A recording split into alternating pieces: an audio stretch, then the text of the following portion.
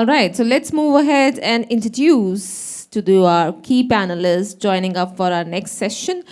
The modern CMO playbook, marketing leadership in the age of intelligence. So our first speaker joining up on the stage, Shigeto Miyamoto. He's a VP of Digital Solution, APAC, Syneos Health. Can we have a big round of applause for Shigeto?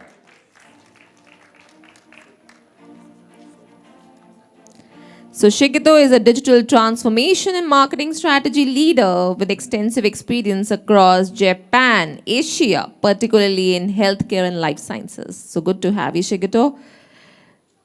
So moving to our next speaker, Kelferd, chartered IT professional, BCS, the British Computer Society. Can we have a big round of applause for Kelferd and have him on the stage? So he's a senior digital innovation leader, VP in banking with over 15 years of experience. So good to have you, Kelferd. So moving ahead, we have Sebastien Edgar. He's a global VP digital marketing with Liferay. Can we have a big round of applause for Sebastien?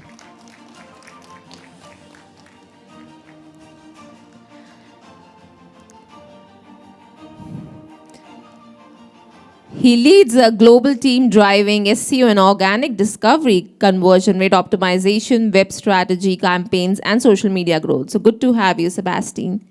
So moving to the next, we have WT Ranga Acharya, Senior Manager, Marketing and Communication from Virtusa. Can we have a big round of applause for Ranga?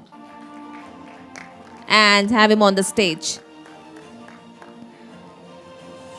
He's a senior marketing leader with experience in building insight-led, revenue-driven marketing engines across enterprise technology, digital transformation, and AI-led solutions. So good to have you. So our beautiful moderator is waiting for her name. So Adelene Tan, marketing advisor, former head of marketing at Property Guru. Can we have a big round of applause and have her on the stage?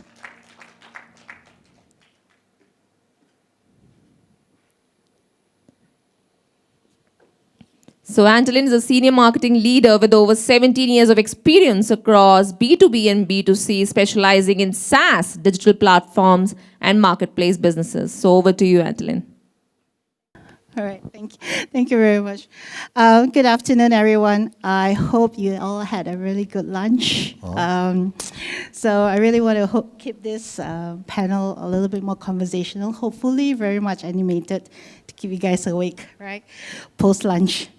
I think this morning we've heard a lot around themes around trust and customers are now no longer on linear journeys and about brand and building compelling truths, right, in our brand DNAs. And customers today are definitely more informed, right, with their being assisted, in terms in their discovery and decision making. So today, or this panel session, is more around, we're going to look into how these changes in customers' business requirements are shifting the marketing role, right? Where we are no longer about the brand, about and campaigns, but now how we will just maintain consistent trust in both and distinctiveness in the brand. And on top of that, we would also be looking, marketing is now playing an active role in shaping our growth strategy, go-to-market, and technology transformation in the organization too. So with that, let me probably just start with you, Sebastien. What do you think is the one marketing belief that was about 5 years ago that is no longer, or I would say, holding CMOs or marketing leaders back today? Yeah. Test. Okay. First of all, thank you. Great question, and thank you for having me here. It's great to be here. So to your question, I had an answer ready in preparation for this panel, but a few people already talked about what I wanted to talk about. So I'm going to give kind of like 1.5 answers to this one, maybe 2 or 3, depending on time. I'm kidding. So what I initially wanted to talk about is the whole concept of more content equals more traffic. And we've had people, I think it was in the second panel, talk about this, right? But what's happened is that AI has basically commoditized content creation. Anyone can create content, so volume stops being an advantage. The whole differentiation is the advantage, but creating content at scale is not something that is actually going to drive you more traffic anymore.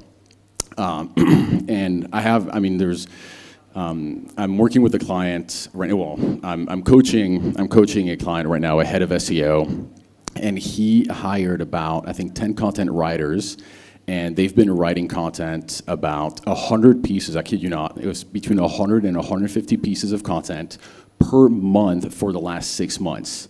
And you would think by that, traffic would be through the roof, right? You'd be getting like millions and millions of visits. I kid you not, nothing has changed because the content is vanilla. The content is not differentiated enough, nothing really special. So what's happened here is you need to find a way to make it special.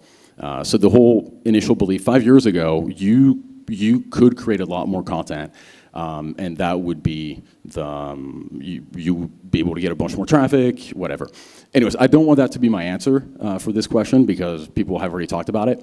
So I want to take a different angle on internal versus external data, leveraging internal versus external data, and the concept of marketing fragmentation. They seem very separate, but trust me, they connect very, very well. So bear with me on that one. Okay, so let's talk about the first one, internal versus external data. So 5 years ago, and when I was deep into SEO 5 years ago, the biggest source of truth was what was happening out there in the market. You would use search volume to get an idea of market sentiment, just like what people are typing, et cetera, et cetera. That would be my North Star, that would be my source of truth. These days, that's no longer the case, and I'll get into that in just a second.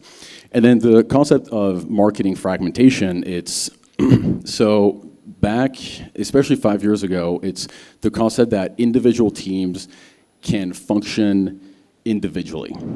So SEO has its own roadmap, paid search has its own roadmap, campaigns has its own roadmap, social has its own roadmap. This no longer works the same way today. And so let's keep that in our head, and let's go back to the whole internal versus external data. So if you think about it this way, let's use internal data to help basically craft our content strategy. And I'll give you an actual example on how I'm doing it with my current company. So we used LLMs we created our own internal LLM, so our own internal AI agent that basically scans through all of our prospect sales calls, okay? So we have about like 300 to 400 of them, and we created specific rules to try to understand all of the different themes. And so we were able to get a bunch of what we call like prospect/buyer questions, okay? Now, if you would look at the individual keywords, if you look at the individual questions and put them through like SEMrush, Ahrefs, any sort of like external third-party tool, the volume would be zero because no one in the market is maybe asking for those or knows to ask for those. But once they know your product, they're specifically asking for them. But you don't have your content internally to target these questions. So what we ended up doing is, thanks to all of this internal data, we were able to see that, hey, wait a minute, more than 50% of the prospects were asking questions around pricing. But because we're enterprise, we don't have that much data or that much content around pricing, so we ended up creating our own special pricing calculator. We ended up then creating webinars around this. But here's the kicker. Instead of creating webinars and content separately, we started with the webinar, used the webinar transcript to then create content for that, and then make sure that it's properly distributed across channels.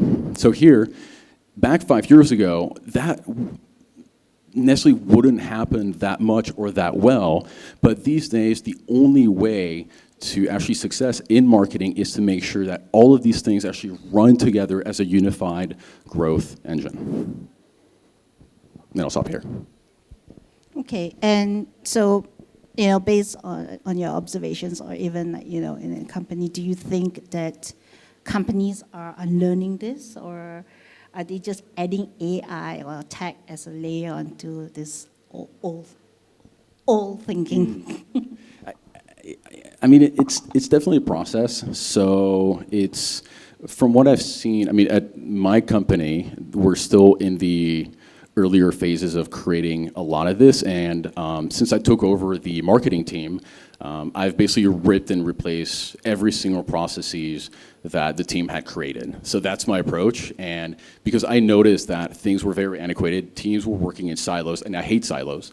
I want to make sure that every single team talks to each other. Even if you think they're not related to each other, trust me, they're going to be related one way or another, because at the end of the day, the lagging metrics, everyone shares the same goals, which is revenue, okay? If you look at it from a siloed perspective, you're not going to be successful, 100%. And so from an unlearning, it takes a long time, but I have seen some companies, some of the bigger tech companies actually do a really good job of this. I know a lot of people at Salesforce, and I would say like they've done a pretty good job. I look at the partners, because we work heavily with partners for my company, Liferay. Some of them are a little bit more antiquated, older school, large enterprise companies, and there I haven't seen that much of that transformation happen. So if you work in one of those, I would say definitely push the envelope a little bit. Don't be afraid to rip and replace. It'll be worth it. Short-term pain for long-term gain. I think you brought up a good point about how marketeers, right? Sometimes we just understand a formula that worked, and we just keep doing it again and again and again, and sometimes thinking that it would like hitting us. I mean, that it would work, right, for a period of time. And these days, like I said, I think they're shared by many panels. Sorry, I think there's a little bit of an echo. Okay, never mind. I hope you guys are not hearing my echo, right? Oh, no, okay. So it's a bit distorting, but don't worry about that. So, but today's customers are smarter, definitely smarter. And more, and if you're looking at, depending on the age groups, right? For millennials, Gen Z, alphas, or even some Gen X or late Gen X, right? They are smarter now using AI, and they're very sensitive towards AI content. And you brought up about your client, you churning out hundreds of content per month. That's crazy. But I think that's also sometimes being driven by what they read from the data. And so maybe, Ranga, I would like to hear from you what you think, how marketing leaderships or marketing teams are, right, especially their leaders, balance between data-driven data and human creativity. Because I think if any one of us who hear, a company churning out hundreds of content per month, for me, personally, firsthand, I would just think, oh, they're using AI. They're using ChatGPT to create it, right? Because it sounds too much, right? But they are doing it because of the data. So maybe Ranga, probably from your experience in marketing communications, how do we balance, data versus creative and human intuitive? Thanks. Thanks for setting up the context as well. I mean, one thing is clear today, it is more of quality over quantity. And the narrative has changed completely. It is not about what is data plus creativity, because AI has taken care of the most of the decisions, data-driven decisions. Then the thing that is left is creativity or the differentiator aspect. So for any leader or a CMO today, it has become paramount importance that he is no more a person, or he or she is no more a person where they talk about colors, likes, engagement, and these stuffs. The two things that are very here becomes important is, one, they talk about the ROI. Two, they become an architect of modern marketing, because fundamentally marketing never changes. It's all about 3 I's of marketing, that is image, integrity, and identity. How your customers perceive about you, what kind of a product you are giving, and what kind of, how are you standing to it. So today's CMO or a leader should look at, should become a more an intelligent architect of building an ecosystem where he brings in the agents, team, and a continuous loop that is of the customers. With this cycle, this will help us in terms of going towards more of a customized solution or customized branding solutions rather than getting into a sameness, because AI just gives you the data that you have keyed in. It could be the content or anything, but whatever data is there, it just gives you a predictable content. But creativity is what is left with humans, and that is where a CMO or a leader should look at it, intervene, and see how much it is too much to optimize and where to stop it, and what is the kind of insight that we need to take into the market. Okay, but having said that, and I think Sebastien brought up the point about internal and external data, right? And I think all of us as marketeers, we know there's always a huge gap between external data and internal data, and also sometimes internal stakeholders' opinions or their data, right?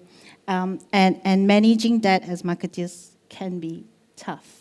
It is. Right. So how do you, as CC marketing leaders, we be able to source out what is the real customer truth versus the external, internal data, that is there? See, the thing is, people get into predictions or assumptions that this is my product and this is what my customer could be, because the first and foremost thing that we do before marketing is an STP, segmentation, targeting, and positioning. So there is already an thought that, see, my product is this and my customers would be this, and based on that you start collecting the data. But the reality is, one, who are your customers as per your product? Two, what exactly the customer is also perceiving about your product. So that is the reason why I mentioned you have to create a holistic loop where internal data and external data, there has to be continuous feedback loop that we need to pick up from the market, be closer to the customer, because earlier it was a B2B or a B2C, today it is peer-to-peer. Your person sitting next to you is the guy who is going to sell the product. So get that loop, be closer to the customers, try to understand what is their need and get the data.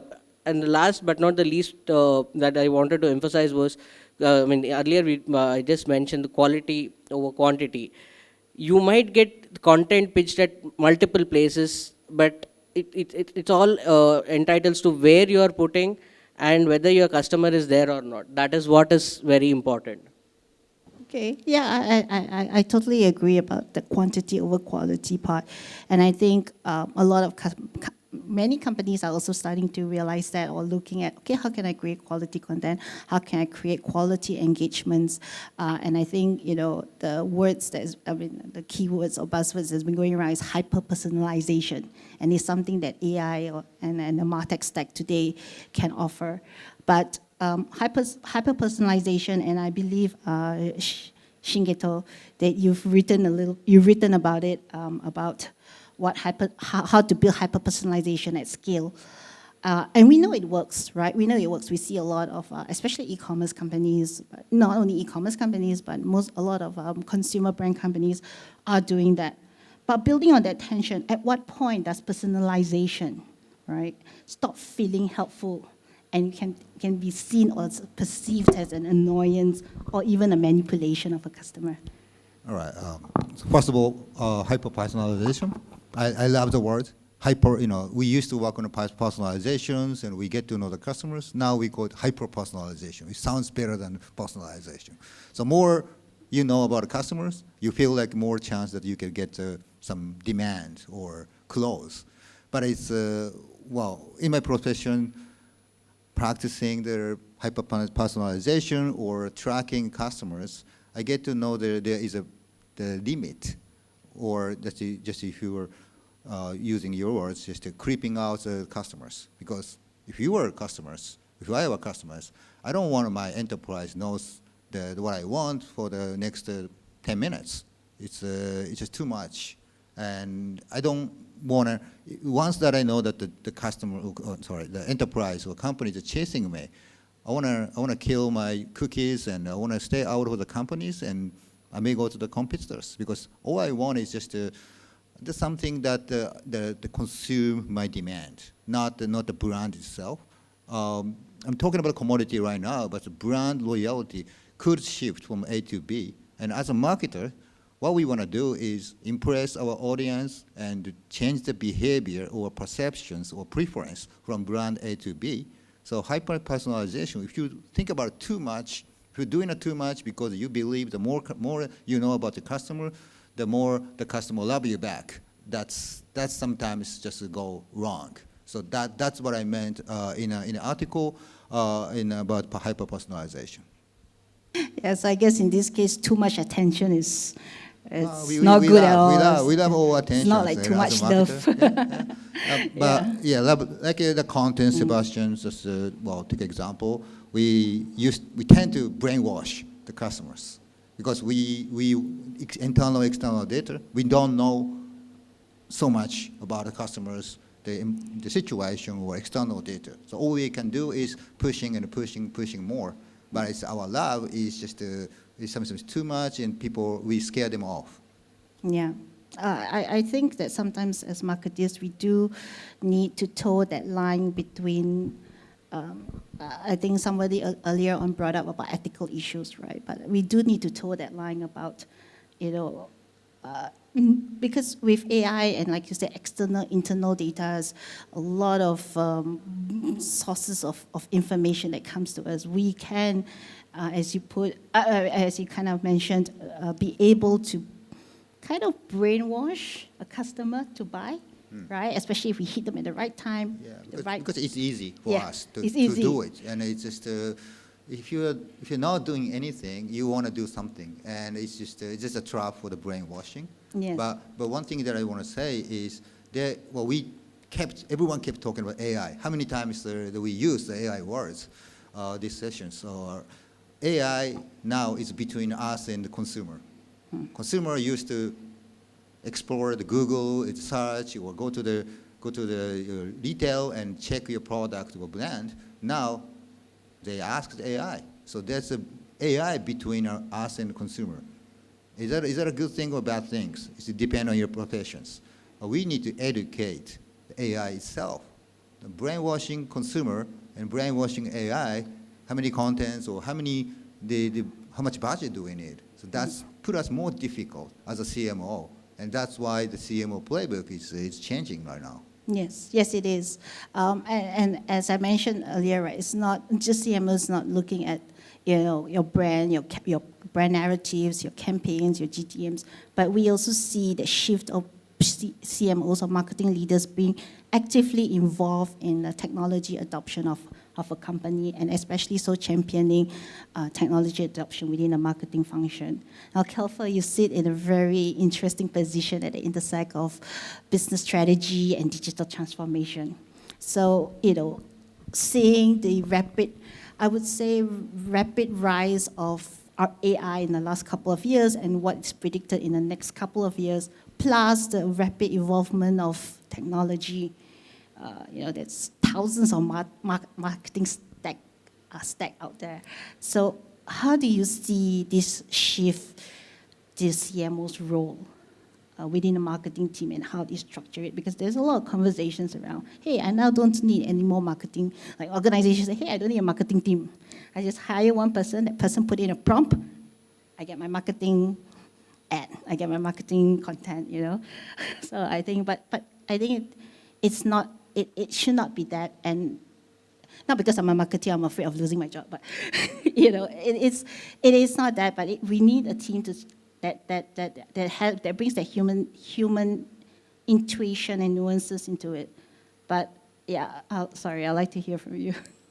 Yeah, I think that would be a chicken and egg story. So we can see that people are debating that should we just keep one person to run the whole marketing, or we just outsource the whole thing, right? So there was always this kind of debate.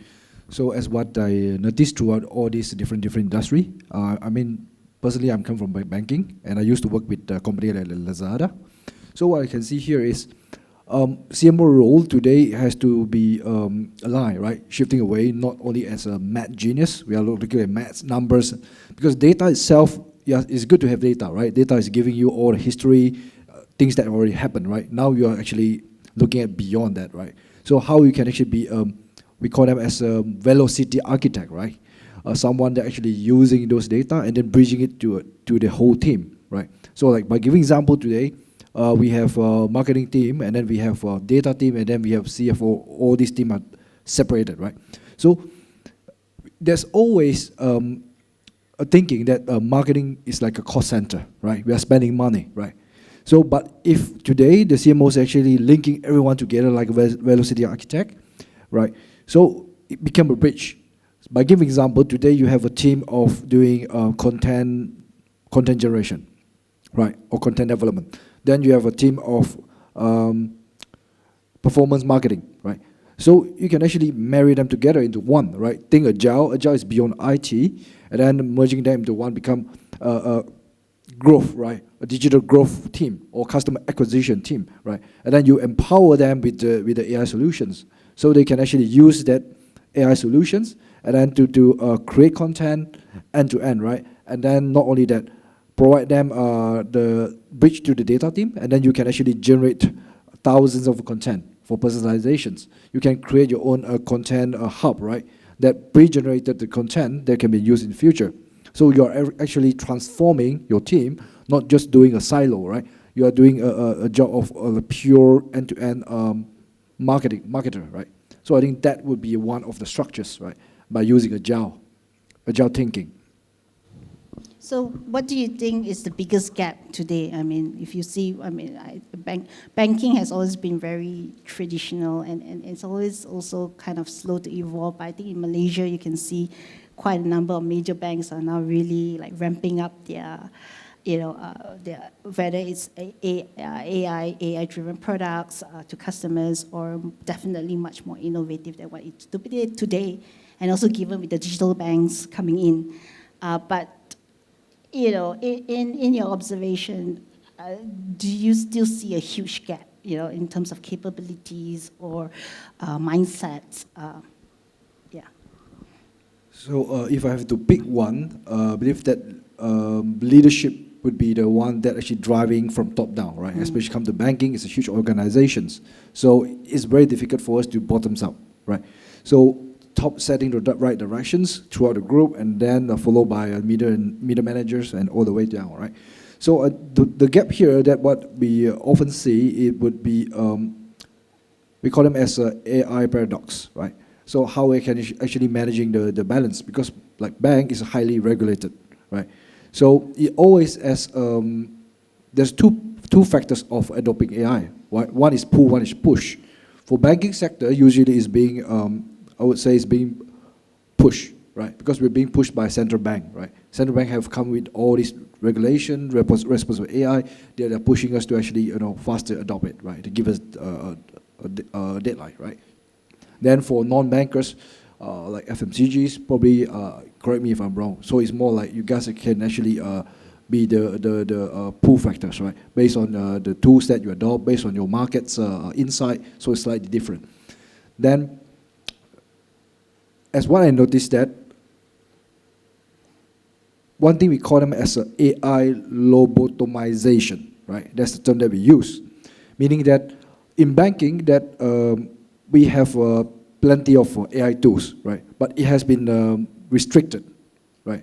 So we want to make sure that it's being accurate. We want to reduce these hallucinations, so we set guardrails. But then the challenges, the guardrails is setting is too stringent. So the AI couldn't be more creative, right? So it's like you hire a very smart person, right? But you limit the persons. So the answer you always get is just yes and no. There will be no between. There will be no creativity. So at the end of the day, this actually impact in terms of the AI adoptions. People stop using it, right? Internal stakeholders stop using it, and then you have another issue to solve, how to make sure that they adopt the tool. Then external customers complaining, right, your AI is stupid, right, it's not helping me. So how can we solve this? By putting too much guardrails, right? So I think that is one of the biggest challenges in the traditional banking sectors. So you're saying basically the biggest challenge would be governance and also mindset, right? That means coming from top down. Am I getting you right? Shigeto, I see you've been nodding. How do you feel, I mean, in your organization, in healthcare and life science? Well, the life science is also highly regulated. Yes. And I was nodding and, well, a little bit remembering what I had lunch yesterday. I asked ChatGPT, well, because I saw the BBG. I went to the hotspot place in Malaysia. I came from Japan, so hotspot is something I want to try. And it was, the menu said BBG. And I didn't know what it is. I asked ChatGPT, what is a BBG? And I love my ChatGPT. It said, oh, it's 90%, perhaps it's a mistake. It's a typo over BBQ. Well, I was almost believing it because it's ChatGPT. It can't be wrong, right? But it's just what I saw in the picture is just more noodle type, vegetables. So I said, are you sure? And I'm taking a picture. Are you sure this is just a mistake of a BBQ in Malaysia? And I said, oh, now I understand this because he leads the Chinese. It's a bien Q BBG guo, bien guo. It's just a cup noodle hot pot. So that's just what I remember AI hallucination talking about. But we need to give them more context. I need to say I was in Malaysia in a Chinese hotpot place, and there's a Chinese abbreviation with the BBQ, then BBG. Then he probably could tell me the better answers. But ChatGPT just very confidently said, oh, it's perhaps just Malaysian people just misspell BBQ. Love this story. But what I want to say is, in a highly regulated world like us, we cannot be wrong. But that's going to stop. That's mostly stop us. And in our world, always they put the human being at the last end. You need to conform with AI because AI can be wrong. But that's stopping a lot of things. You need to be bold, and you need to try the AI to AI rather than the AI to human. Because human, we do not work 24/7. I need to go out. I need to do something else, but AI can work, long hours. So we shouldn't put people at the end. We should put the people in the beginning. Well, hey, Sebastien, you want to add something? Yeah, no, I mean, also when we talk about AI and governance, one of the key things that I want to mention is which AI and which implementation. So, for example, one of the things that we're looking at in our company is, so it'll be a bit contradictory to what I just said, because before I said replace your marketing teams, but in terms of tech stack, I actually am not necessarily in favor of rip and replace, but it's figuring out how to introduce AI on top of everything that you have in a closed loop. And that is the most important piece, because then that's how you introduce governance. So let me explain a little bit more here. So if you're gonna use like Claude or ChatGPT and everything in like an open loop, you run the risk of doing something that's called like shadow AI. So basically using it in its open environment, and it will use your internal data for its training, et cetera, which is what you don't want, and which is what is the biggest issue around financial institutions, what Kelferd was talking about. But if you find a way through creating internal AI agents, this is really the key thing, that is then only trained on your content, your set of materials, and then only giving answers, again, based on your content, that will not only drastically reduce the amount of hallucinations, it will also make sure that whatever response is going to get is going to be ultra catered to you. Once you understand also how AI works, this is maybe something that's very understand that at the most fundamental and easy level, it's a probability engine. So, and I know I'm overly simplifying it, but if you understand it this way, then it's easier to understand how to make sure that you use it in a safe, governed, and non-hallucinatory way. So one example is like one of the things that we're trying to implement for companies, for enterprise companies, is a system that all we do is we implement AI not below the tech stack, but above, and that lives 100% internally, and that is built internally through an internal AI agent. So think of it as, let's say, like an employee onboarding piece, right? Okay, so I recently started my company like 2 months ago, And we have docs in Confluence. We have some other onboarding docs somewhere else in Jira, somewhere else in other internal systems, some things in our HR piece. What I mean by then AI on top of that is that it has access to all of these different internal systems and docs, and all you have to do is then prompt the AI agent, and then it's the AI agent's job to then look through all of that and then return with what you're actually looking for. But here, it's 100% in a closed environment. Obviously, it's a lot easier said than done, but that's ultimately the way that we're looking at it and how we're trying to solve this whole governance problem. But to your point, right, if you keep AI in a closed loop, and just now we spoke about internal, external data and about real customers' truth out there, do you think it runs the risk of exactly what we were saying, that then we start living in our little bubble to some extent? I mean, because you know what I mean? Because it's like what you put in is what they're going to give you, and it might not be. And things shift, especially in regulatory, high regulatory environments. Things also shift quite often. Customers' behavior shift. Yeah. Yes and no. I agree with the point that it's like it'll live in a bubble, but let's think about it from a positive way. So let me give an example. So let me go back to my point on the whole content thing of you can use AI to create a bunch of content at scale. That's bad because the content is not differentiated. But check this out. If you use AI that's done fully internal based on all of your documentation, let's say including your technical documentation, et cetera, here's a great way that you can use it in a closed loop. So for example, one of the challenges that we have with my company, Liferay, is we have a lot of competitors. I mean, we technically compete against Adobe. We're not going to win against Adobe. I know it already, but it's okay. I still sleep okay at night. But and when I look at our content versus our competitors, the biggest issue with our content is that there's never a so what. So why should someone choose Liferay over Adobe or Sitecore or Salesforce? We talk about our product pretty well, but there's never that additional piece of what makes us different. But check this out. If you then feed all of your content, every single documentation piece, plus your competitor's content, guess what happens? Then AI will cross-reference every single thing for you and tell you where in your technical documentation you are the differentiator, where you're standing out from the crowd. What is something that they're mentioning, or I should say, that you're mentioning and that they're not. And here, you want to make sure that it's in a closed loop, because then you want to make sure that whatever it talks about does not have any hallucinations. You want to make sure that if it's saying that, hey, this specific feature or this case study, this use case, this, whatever is actually accurate and is not making up the number. But ultimately, this is how we're leveraging it, because then what happens is all of the work of the research work, competitive research work, and differentiated work is 100% accurate, and that's our way to make sure that whatever we create actually stands out from the crowd, and we can create something that's not just vanilla content. And that really comes from working something in the closed loop. But of course, when we're talking about more market research, obviously that's where it's tough. Then you run the risk into shadow AI. So you're never going to have your cake and eat it too. It's more of like figuring out the right instances and the wrong ones.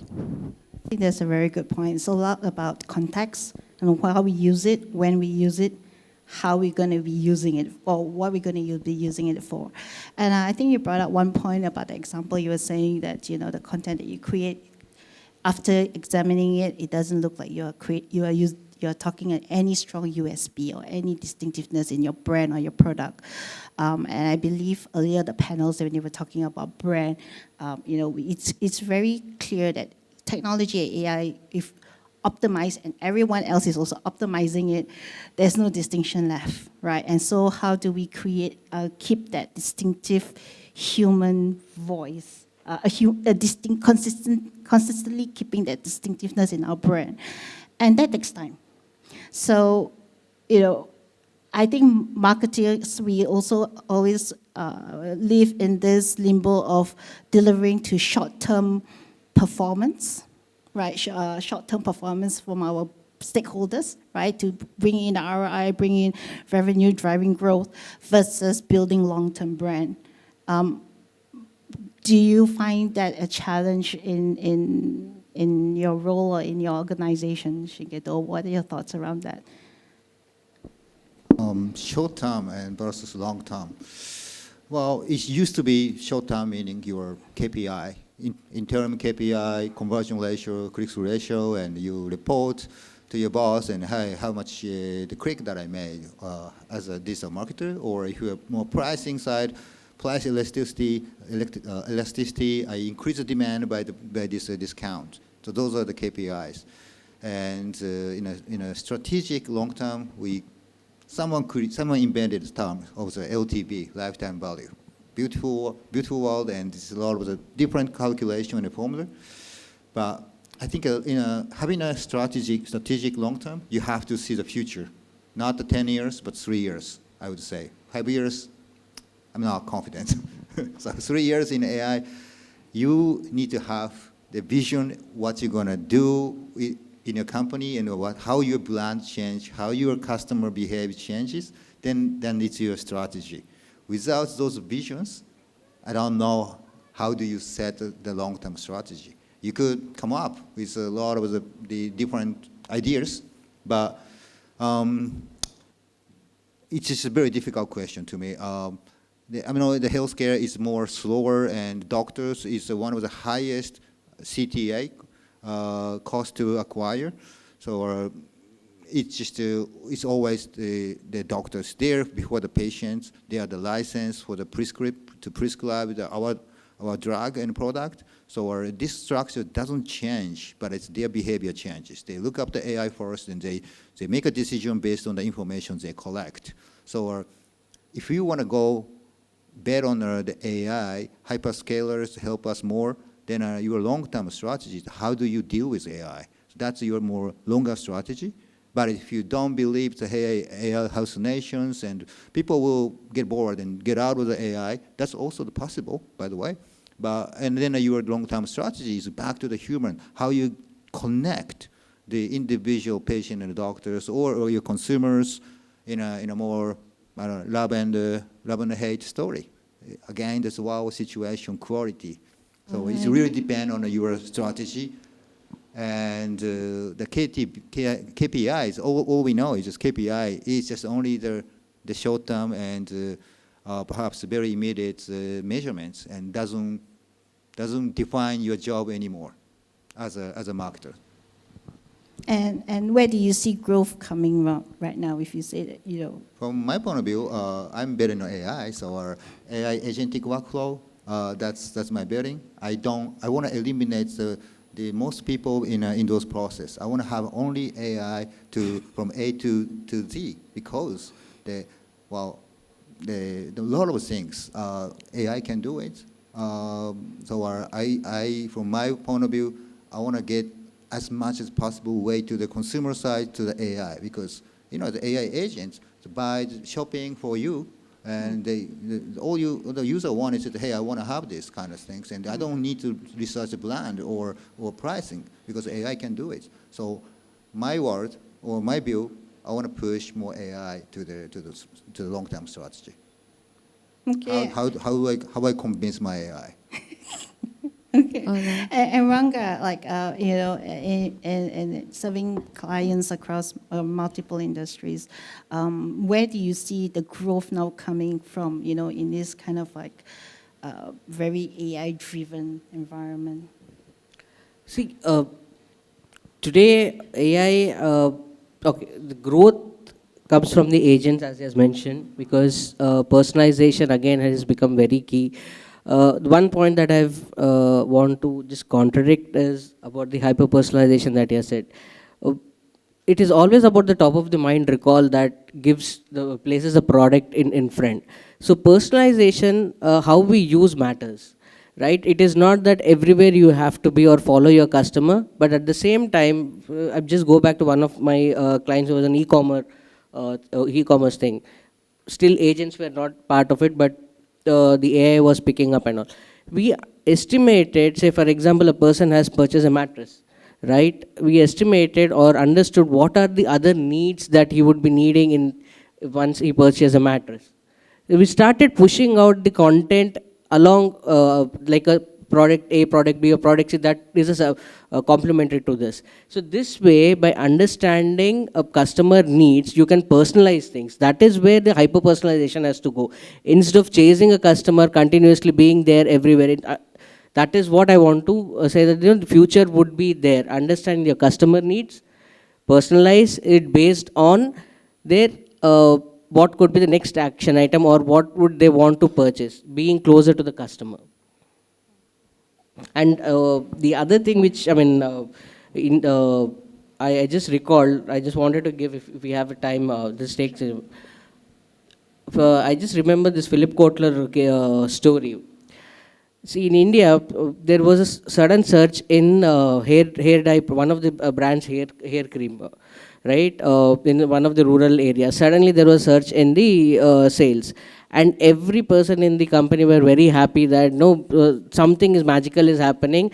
And in particular season, the hair color sales has improved. And they started pumping more advertising revenue in that particular area and thinking that it will help. This was internal perception, the internal data and all. So this was an inside-out approach. There was one person from the team who wanted to go and understand what exactly happened in the market, outside-in approach. Then he realized that in this particular area, they were using this color hair dye on buffaloes. Reason is, the healthier the buffalo and the darker the buffalo looked, the people were purchasing it at a higher rate. So they started coloring the buffalo with this cream. And during that particular season, the sales went up. So this gave an insight, because this is what inside and outside data matters. You should always get what is there in the market, get an outside-in perspective. That is when you can build an inside-in approach of a marketing strategy or the agents. I think the story was, it's a very interesting story. And I think it really leads to the question that just kind of popped up my mind when Shigeto was talking earlier about KPIs and what. What do you think it's the thing that we are measuring today, right now, that feels right, but it does not actually drive real growth or revenue impact? See, I mean, since morning we have been talking the same thing. I mean, multiple people have mentioned it. It's not about likes, it's not about the engagement, it's about what is right for the customer and whether the customer is part of your journey. You have to also look when you do a digital campaign or any of the GTM campaigns, at what stage the customer is dropping, right? That has to be the measuring point. That is when you can, I mean, I'm sorry for using sales language, but here is called as a hot deal or a soft deal. So when you look at the journey of the customer till when he's tagging along with you, that will define the KPIs rather than whether someone is liking your content or trying to share it. Whether they are understanding or relating to your product and how many sales has happened. That is what the key metrics is end of the day. Okay, but if we were to look at, and I do agree that there are some vanity metrics out there, but though in my personal, I look at metrics as there's lead and lag indicators, right? So vanity metrics to some extent are lead indicators because they're early indicators of your messaging or the campaigns you're running, whether they're right or wrong or resonates with your customers. But when you talk about going to waiting until they come down the sales, sort of like the sales funnel, do you think that's a little bit too late? That is where IDA comes in. The marketing fits in the IDA model. The awareness, interest, desire, and action. Sales come at the last end. But the funnel, at the awareness stage, you have certain insights. Desire stage, you have an insights. And then the action points you have. That's what I said, the journey. You have to map the journey, where you are losing it and why they are losing, why we are losing it. If we start mapping that, then the messaging and the communication or even the AI will become, by using AI, we can also do it in a most systematic and a practical way. So we have to look at the KPIs at which part of which place we are losing our customer. All right. So, Okay. Adelene, we are running over time. Yeah. Also. All right. So let me just. So quickly it's a wrap it up. never-ending topic and it's Yes, quite interesting. So okay, I know so that. let me just quickly wrap it up. Can I just do one rapid round question? Yeah. So just a rapid round question Very to all quickly. the panelists here. If you have to redefine marketing, right, in today's marketing leadership in one sentence in today's AI environment, what would it be? Perhaps, yeah, you can go ahead. I would say you should not depend on AI, but AI should be part of your strategy. So that is what I would. It might be a little bit similar. I wish I had something brand new. Maybe my brain is too slow right now, but it would be the concept of leveraging AI versus replacing your team with AI. So it's too easy right now to be like, AI can do it, I will replace my team. But instead, what I believe the cherry on top is, how do you make sure that your team is trained up enough on AI that then your team becomes ultra effective, ultra efficient, and can run at a much, much more rapid pace. It's very easy to be like, yeah, I was gonna do it. You guys are done, you guys are out of here. It's a lot harder to be like, hey, I'm gonna challenge you all to now work at a pace that is now 10 times faster than before, but then that means everything runs a lot smoother, runs a lot faster. But ultimately, I think honestly, that's the new role of a CMO. That's their job. It's less of, a CMO is less of a marketer and more of a growth orchestrator. Okay, so marketing is more creative and more exciting than ever. Your primary target used to be only human being, but now it's AI. So remember the BBG that I said, you need to convince, you need to tell that, you need to educate AI there is a BBG in Malaysia, not a BBQ, and so that was a test. My opinion is use a zero-based mindset as marketers. Since today we are talking about AI, people are using AI, right?